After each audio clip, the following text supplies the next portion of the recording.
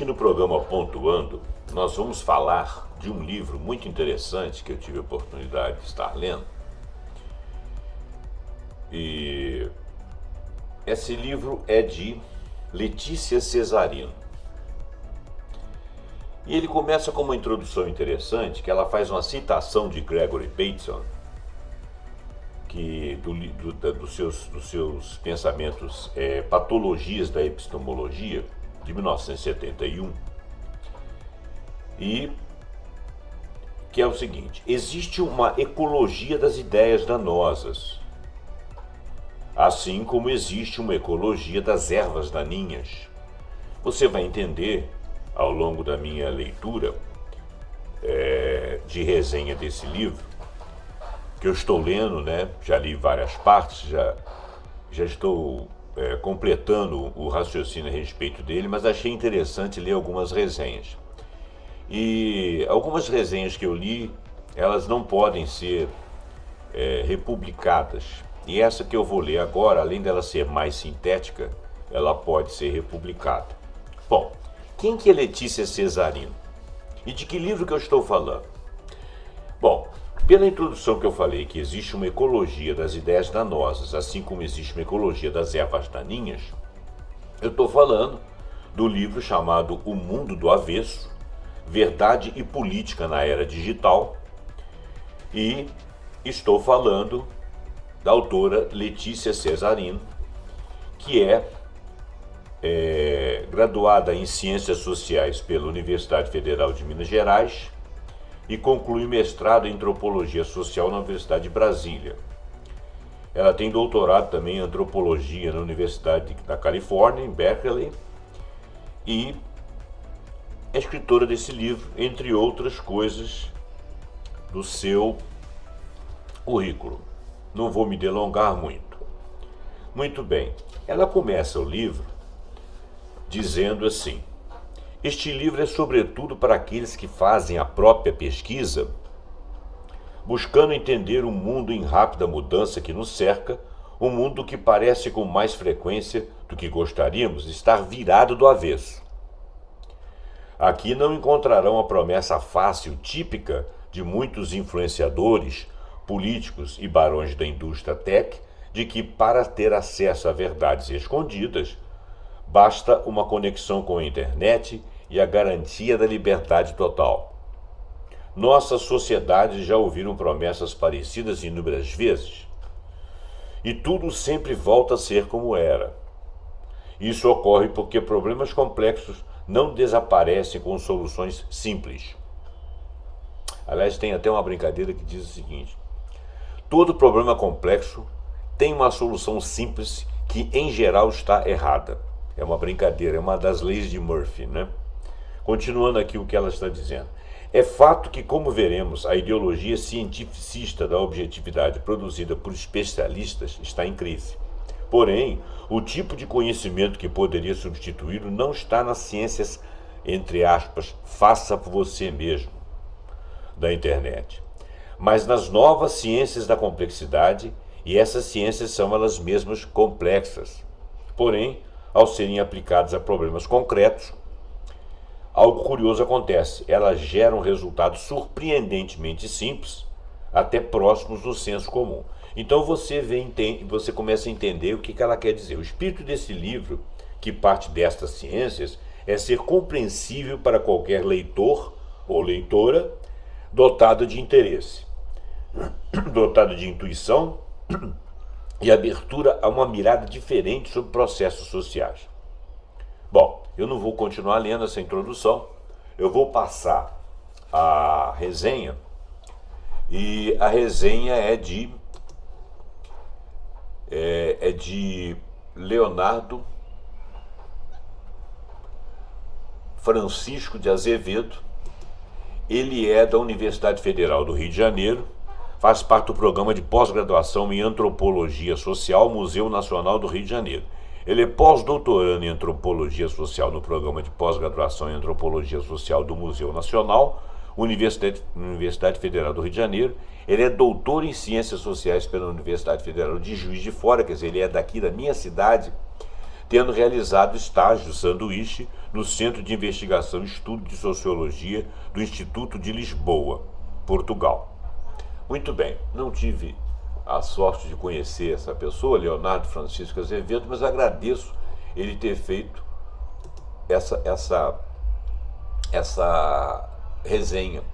E aqui é dito que esse texto ele pode ser reproduzido, naturalmente dita, falando sobre autoria, né? Então, o Mundo Avesso aqui é referência eletrônica, o autor dessa é o Leonardo, e aqui está dizendo que o texto pode ser utilizado sob licença, outros elementos, ilustrações, anexos importados, são todos direitos reservados. Então eu só estou apenas reproduzindo, não há problema, né? Muito bem, aonde que está fixada essa resenha? Ela está aqui na Open Edition Journals.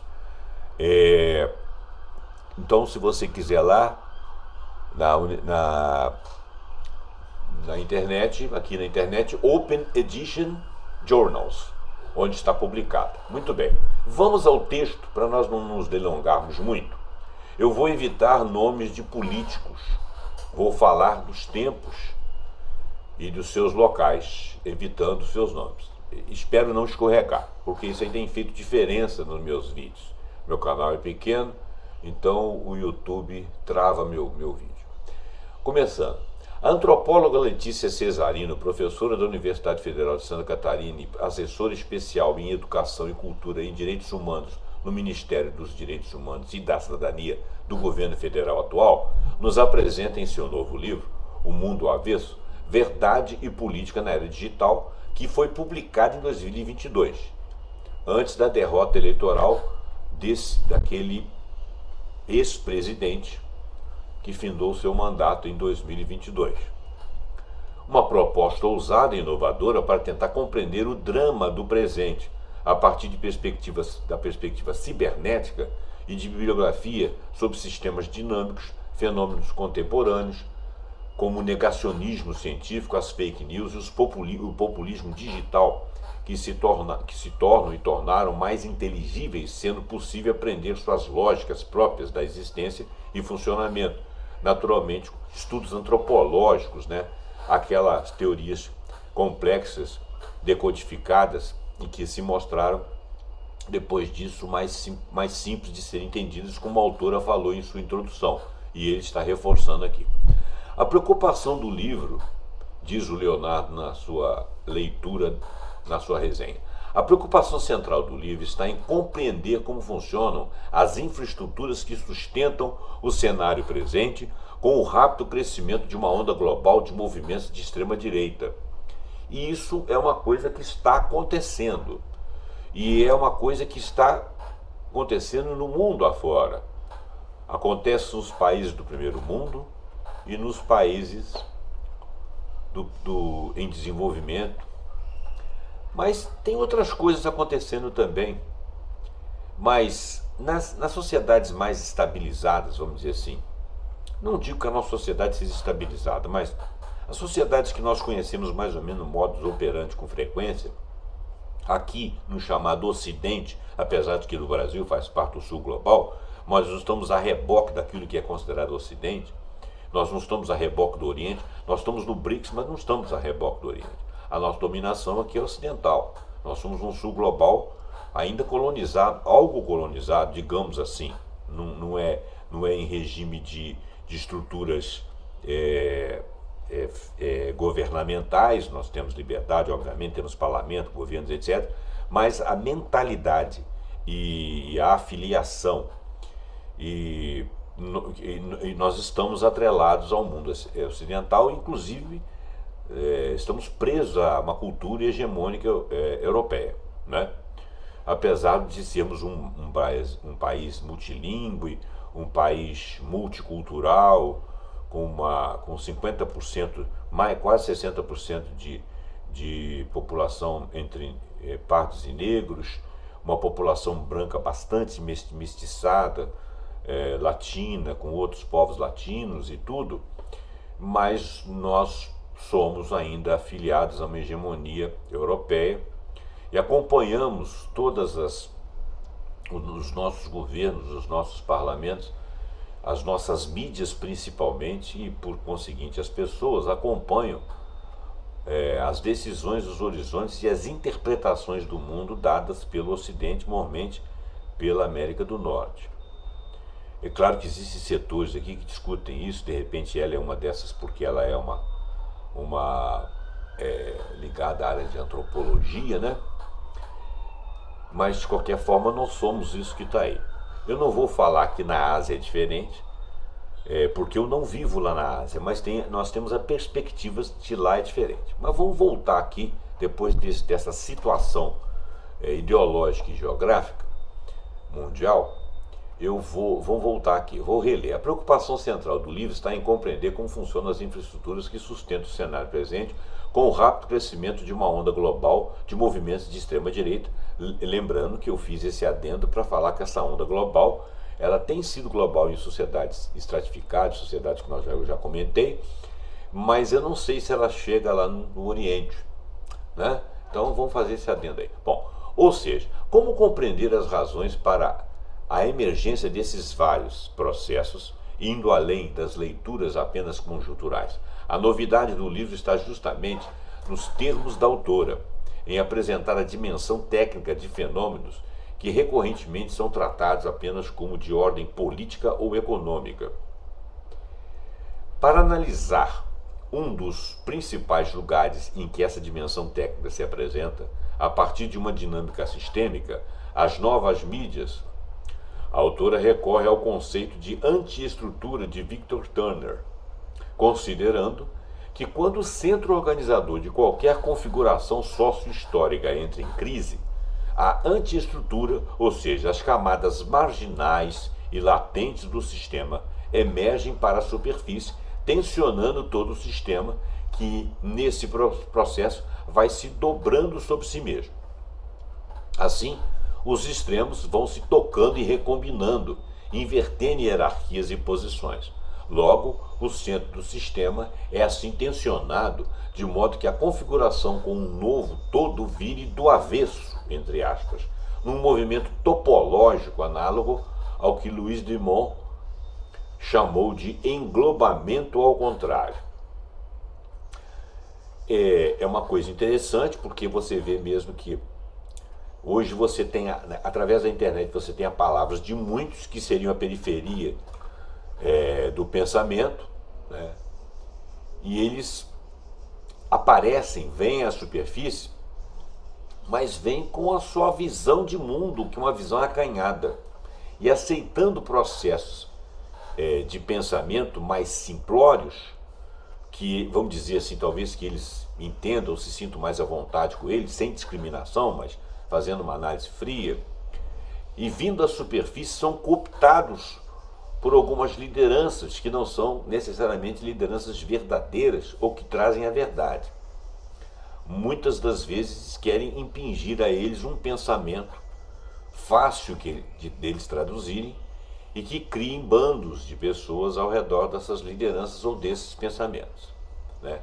Então essa emergência parece virar o mundo do avesso, porque lembramos, por exemplo, quando um dignatário aí do país se colocava como antissistema ou um outsider, liderando um grupo de pessoas que estavam procurando a mudança do sistema, mas esse outsider, ele não é exatamente outsider, ele emerge exatamente do sistema, ele é fruto do sistema, e um dos piores frutos do sistema, o que mais o confirma, o que mais o mostra como um sistema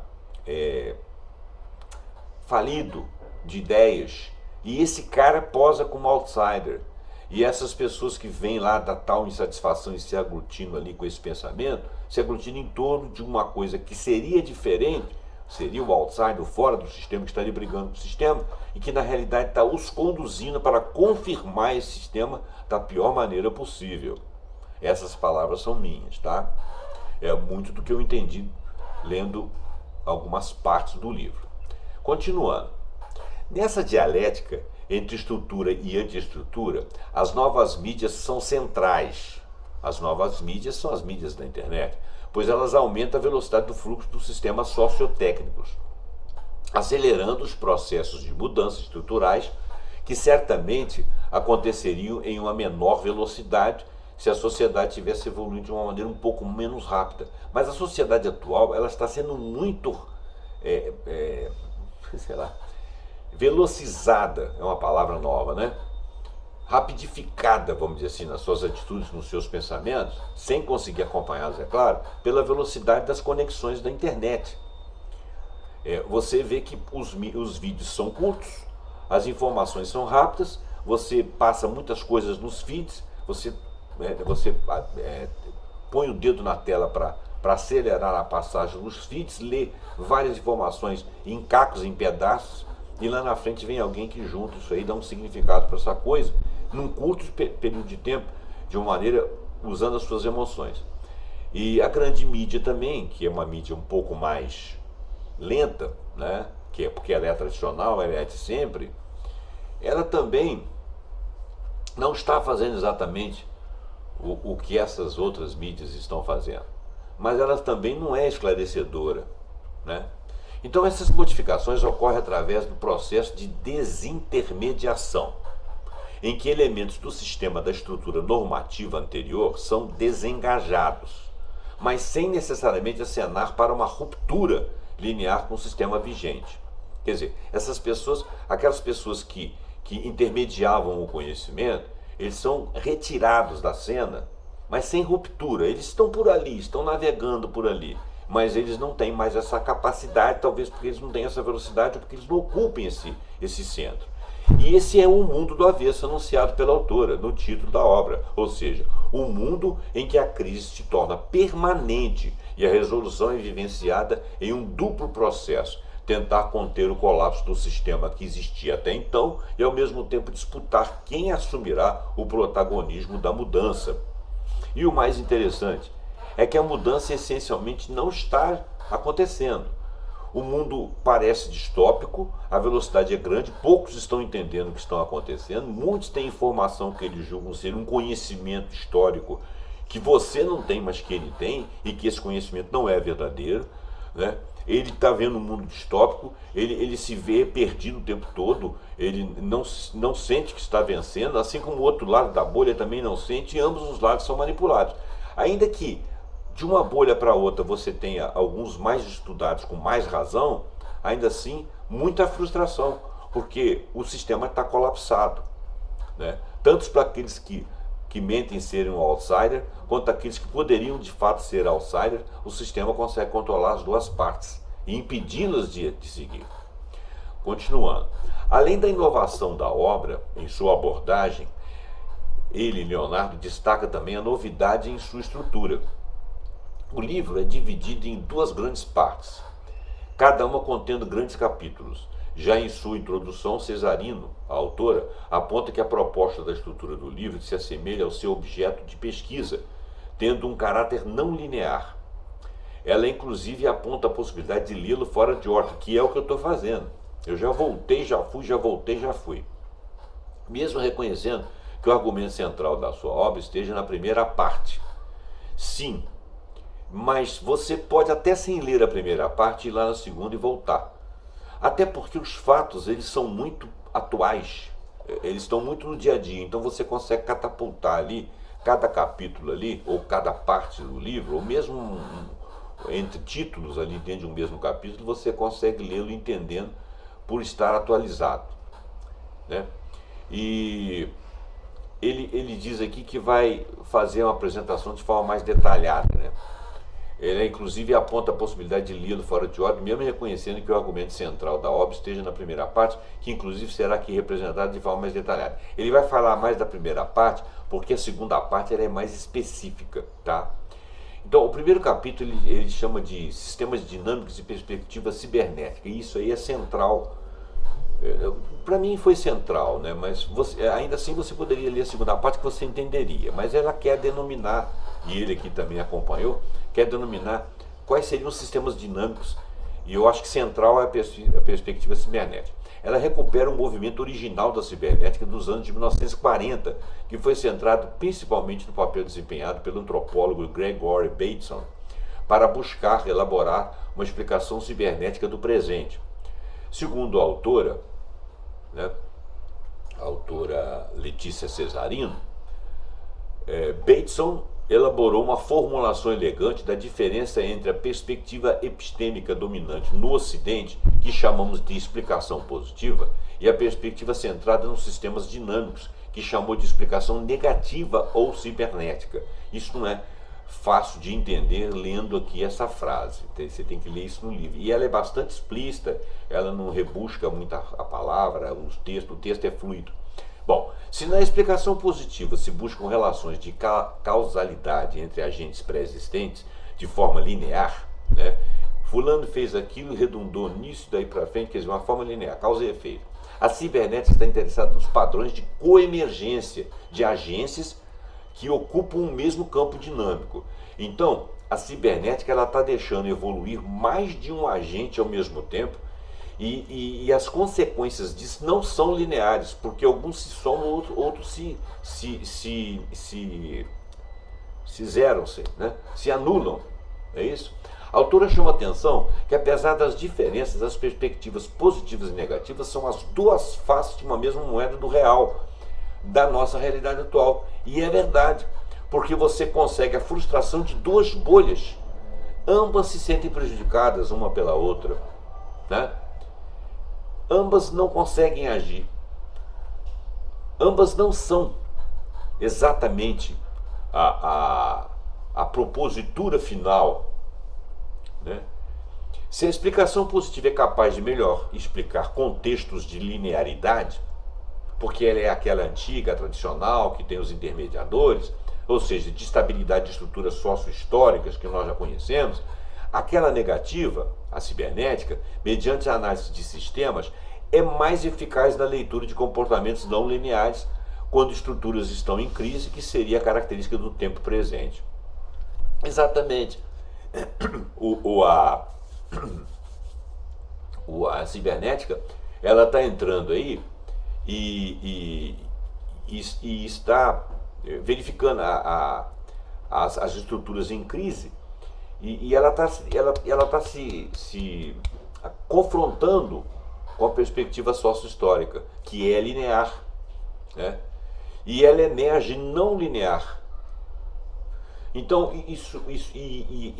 as estruturas estão em crise, não necessariamente as antigas vieram em crise e nós somos consequência dessa crise. Não, eu acho que nós somos consequência, mas também somos causa. Temos aqui agora presente uma crise, né? Criada até pela perspectiva cibernética, que faz emergir muitos pensadores e acaba com... Assim, existem influencers, mas eles não são intermediadores. Eles não são explicativos de uma realidade, eles criam até uma realidade, né? Isso é não linear, porque não é causa e consequência, né? Bom, a partir de tal perspectiva, a autora propõe uma leitura antropológica das infraestruturas digitais através de uma reintegração dos 4 campos que originalmente compuseram o movimento cibernético: a cultura, a linguagem, materialidade, técnica e cognição incorporada, que ele chama aqui de embodied. Não sei se é embodied, que ele se lê, é uma palavra em inglês aqui que eu não estou decodificando. Só assim será possível compreender consistentemente o sentido do termo digital. Bom, já o segundo capítulo, denominado O Mal-Estar da Plataformização, apresenta como uma infraestrutura técnica existente, organizada por princípios cibernéticos, tem uma política embutida que favorece as forças antiestruturais, né, que caracterizam atualmente os movimentos reacionários ultraliberais. Tá? O trocadilho com a obra de Freud é para enfatizar como as sociedades hoje ainda sofrem o mal-estar, porque o Freud escreveu lá o mal-estar da civilização, né? Então, as sociedades hoje ainda sofrem do mal-estar graças a um certo descompasso entre o sistema social e os indivíduos, mas produzidos em grande medida pelas novas mídias, sobretudo pela forma com que elas propagam uma infraestrutura técnica capaz de acelerar a temporalidade sociotécnica, intensificando uma certa desestabilização dos sistemas vigentes até então. Concomitantemente, tais mídias reestabilizam novas formas de intermediação que, em geral, não permite aos indivíduos ter o controle cognitivo desses processos, desencadeando regiões caóticas com efeitos sistêmicos imprevisíveis e não intencionados pelos designers dessas tecnologias, notadamente a proliferação das forças antiestruturais. É porque tem indivíduos ali que intermediam, ainda que rapidamente. Eu não vou dizer que esses são os influencers, porque os influencers são influencers sobre várias coisas. Eu estou dizendo aqueles que estão ali dentro da política, fazendo um comando, eles são intermediadores parciais, né? Porque eles delegam a outros que também intermediem, né? Mas isso é feito de uma maneira caótica, entendeu? E o controle cognitivo ali é muito dispersivo. Você fica pululando de notícias assim, e fazer o link de todas essas coisas gera o caos e você fica muito perdido. E fica parecendo que é o outro, o seu adversário, que pensa diferente de você, é que provoca o caos. Não, é você que está vivendo o caos, mas ele lá também está vivendo. Bom, então nessas novas configurações técnicas há uma inversão importante. Os usuários humanos não são os agentes, mas o ambiente para que os sistemas não humanos estejam atuando. Ou seja, os algoritmos segmentam pessoas, agregam perfis com comportamentos que acreditam como sendo similares, quando às vezes são díspares, mas produzindo novos públicos com novas subjetividades individuais e coletivas. Quer dizer, você reúne à força uma série de indivíduos diferentes que não sabe se pensam da mesma forma. Esse processo pode gerar, em casos extremos, mundos personalizados em que os usuários se conectam de forma parcial ou mesmo são segmentados em realidades paralelas. São as criações das bolhas. O cara vive num mundo que não existe. E ele pensa que ele tem informações que você não tem porque você não está vendo, que você é cego. E ele fala, você não é cego, você não está vendo? Aí ele pega e te passa uma informação que você olha lá, lê e vê que aquilo é inverossímil. Aí você fala, como você acredita nisso? Aí ele fala, como você não acredita? Então aquilo ali para ele, ele está dentro de uma bolha, né? Porque ele só consegue atingir aquele pensamento. E o histórico dele de crença ali, pelos influencers e pelas intermediações, conduz àquilo. Este é um dos argumentos utilizados pela autora para justificar que as novas mídias têm uma política que vai de encontro à da democracia liberal, pois ela enfraquece a construção de verdades e processos de subjetivação que tenham um reconhecimento universal comum. Não é à toa que se fala hoje em dia de pós-verdade, porque o que vale não é a verdade, mas aquilo que foi construído a partir de algum pensamento ali colocado, que é subjetivo, que atinge a sua subjetividade e que não é da subjetividade universal comum, um processo comum de subjetivação do ser humano de uma maneira geral. Após construir, na primeira parte do livro, o argumento para a compreensão da conformação socioantropológica do presente, do jeito que ele está estruturado, do jeito que ele está feito, né, socioantropológica do presente, na segunda parte, Cesarina apresenta seus desdobramentos em dois campos específicos. Na política, no capítulo Política, Algoritmização e Populismo, com ênfase da ascensão da nova direita do anterior presidente, cujo mandato venceu em 2022 no Brasil, e na ciência, no capítulo Verdade, Conspiracionismo e Alt-Sciences, como foco no combate ao que houve durante a pandemia do Covid-19, né, em que o mundo nunca foi tão anticientífico, apesar de numa pesquisa se comprovar que as pessoas acreditam na ciência. Mas naquele momento, com relação àquela questão da vacina e do vírus, ali parecia que a coisa estava pegando. Bom, para a explicação cibernética elaborada pela autora, a crise atual de desconfiança na política e na ciência é a mesma crise e, portanto, pode ser analisada pelo mesmo arcabouço teórico. Letícia Cesarino recupera nesses 2 capítulos algumas análises e argumentos já apresentados em artigos de sua autoria, articulando-os com a discussão geral do livro.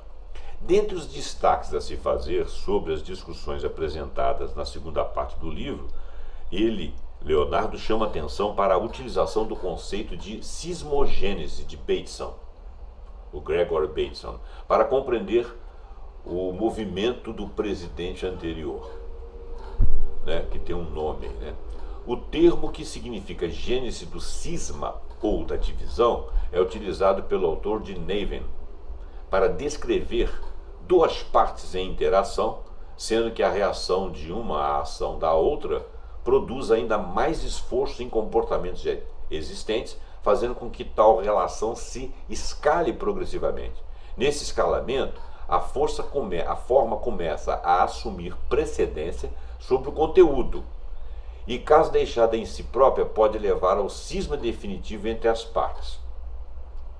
A autora recupera episódios na campanha eleitoral do ano de 2018 e na gestão do anterior presidente, em que fica evidente que o objeto do governo eleito era produzir esse estado de sismogênese de forma contínua, não levado ao limite a ponto de produzir o rompimento, mas que os indivíduos permaneçam influenciáveis, em que as fronteiras globais do sistema democrático sejam sutilmente forçadas, porém de forma progressiva.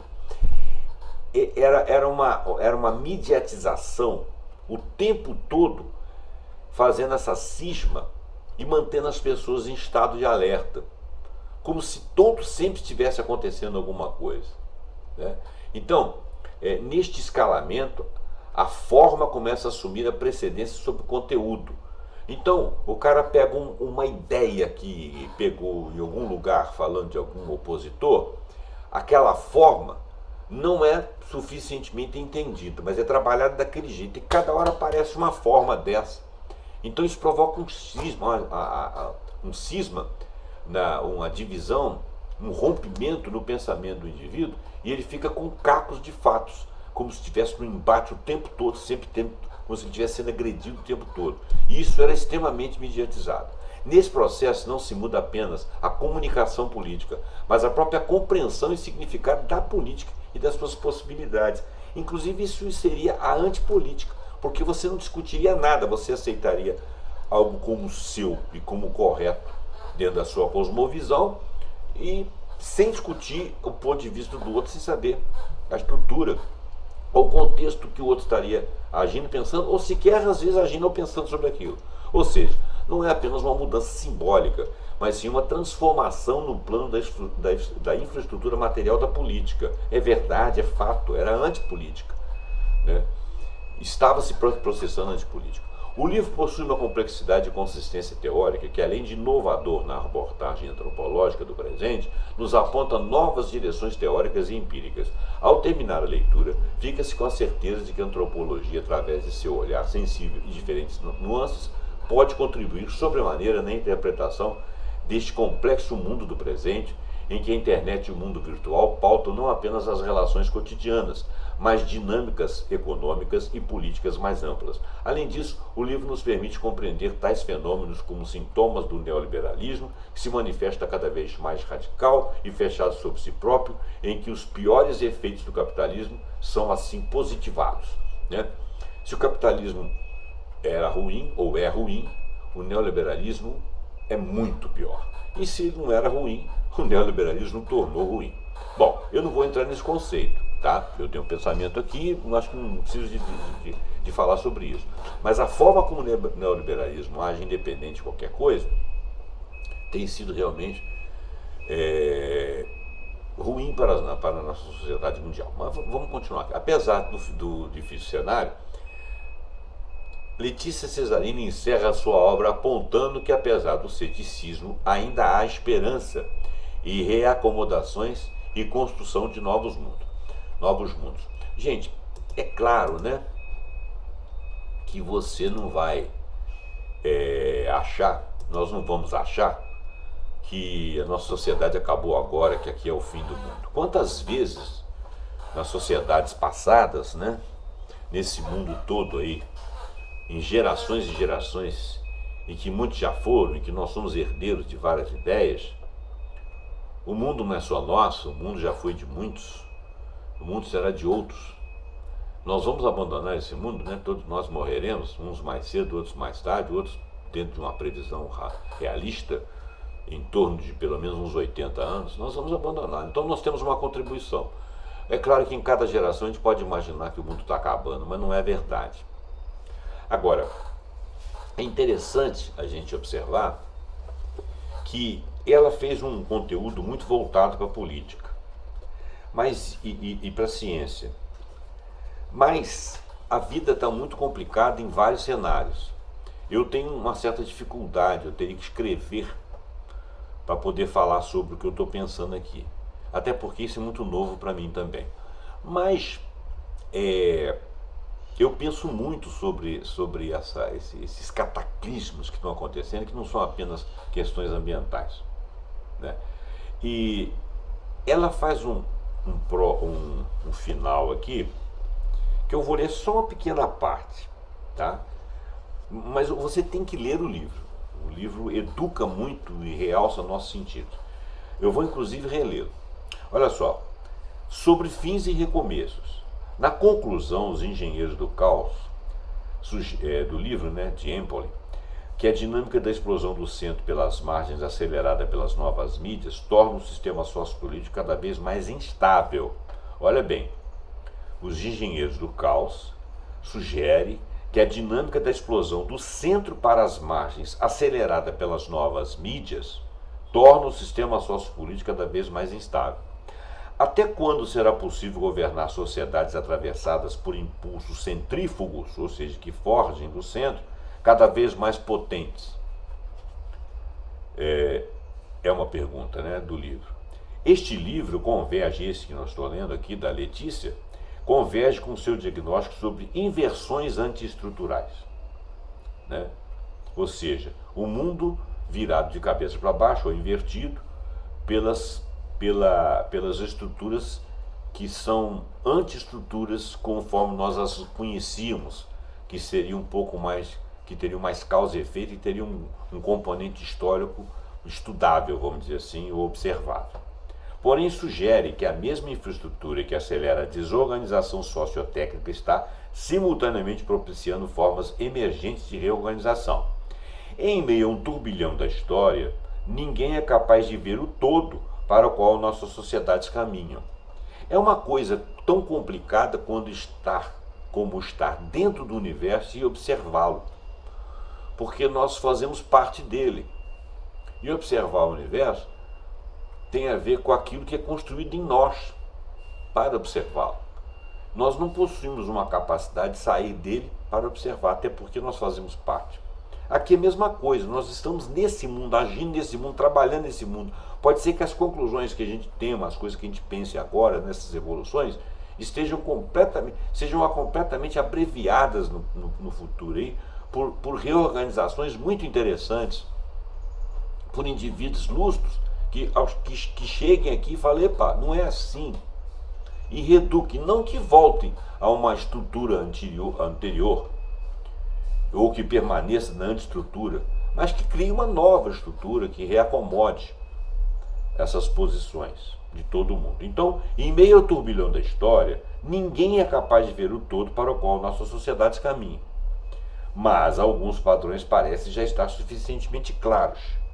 A polaridade entre soberania, populismo, governamentalidade e tecnocracia, por exemplo, que marca o delicado equilíbrio do Estado democrático de direito, está menos desaparecendo do que sendo redesenhada. Eu acho que está sendo redesenhada. Até porque a gente não pode simplesmente ficar com a historiedade e com o conceito e com os conteúdos de pensadores mais antigos, porque o mundo tem dinâmicas, né? As novas mídias parecem estar propiciando uma bifurcação transversal, quer dizer, elas veio na maneira de um corte, em que uma camada comunicativa populista orientada por uma política de afetos passa a coexistir com camadas menos visíveis de controle e governo por vias algorítmicas e tecnocráticas. Essa reorganização emergente é multiescalar e perpassa os processos analisados nos capítulos que ela se refere aqui, em todas as dimensões: técnica, cognitiva, sociopolítica e epistêmica.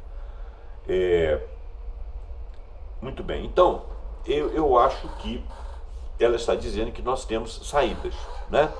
Que nós estamos reestruturando. E que do mesmo jeito que algumas coisas do passado foram jogadas no chão, essas próprias agora, a todo momento, se renovam. E uma hora nós podemos redesenhar uma estrutura de acomodação aí, de acomodação que eu digo assim, de organização de uma sociedade em que as pessoas se entendam. Bom, eu não vou me delongar, o assunto é muito difícil e nem me sinto com muita capacidade de falar. Algumas coisas que eu falei durante o texto, você pode inclusive discutir. Você pode discutir inclusive o próprio posicionamento da autora e até do nosso amigo Leonardo Francisco de Azevedo aqui.